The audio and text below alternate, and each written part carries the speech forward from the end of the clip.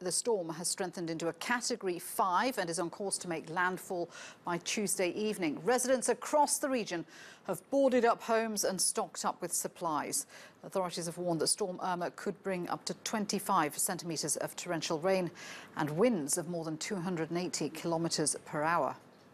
All the authorities here today will do everything possible so that nobody is directly affected. People should know that when an evacuation order is given, especially when alert levels are sent, which is going to start happening tomorrow, the first thing they should do is move to a safer place. Well, let's speak to Giles Gibson now live from Washington. So just give us an update on Hurricane Irma, Giles. Where is it and which locations are under threat? Well, the National Hurricane Center here in the United States released their latest update around 2 hours ago. They were saying at that stage that the hurricane is currently sitting around 270 miles, or that's around 440 kilometers to the east of the Caribbean island of Antigua.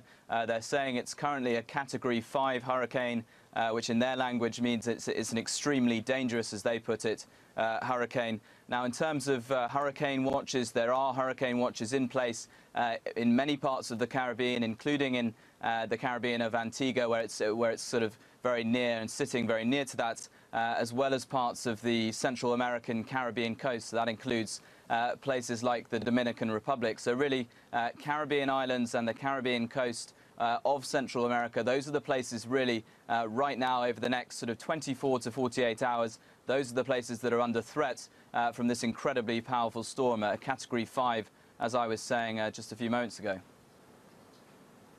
Yeah, and tell us what kind of damage is expected, because the US has already had to suffer the devastation of Hurricane Harvey.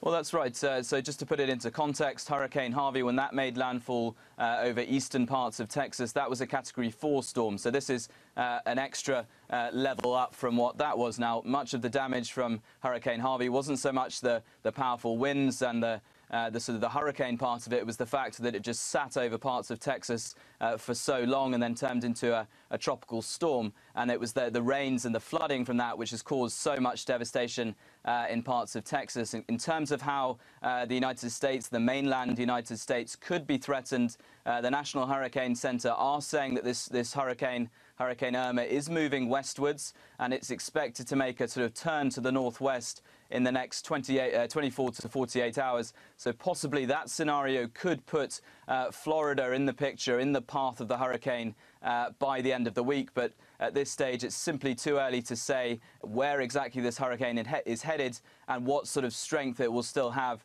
if it does indeed hit the Florida coast towards Saturday or Sunday of this week. Giles, thank you very much indeed for that. Giles Gibson updating us there from Washington.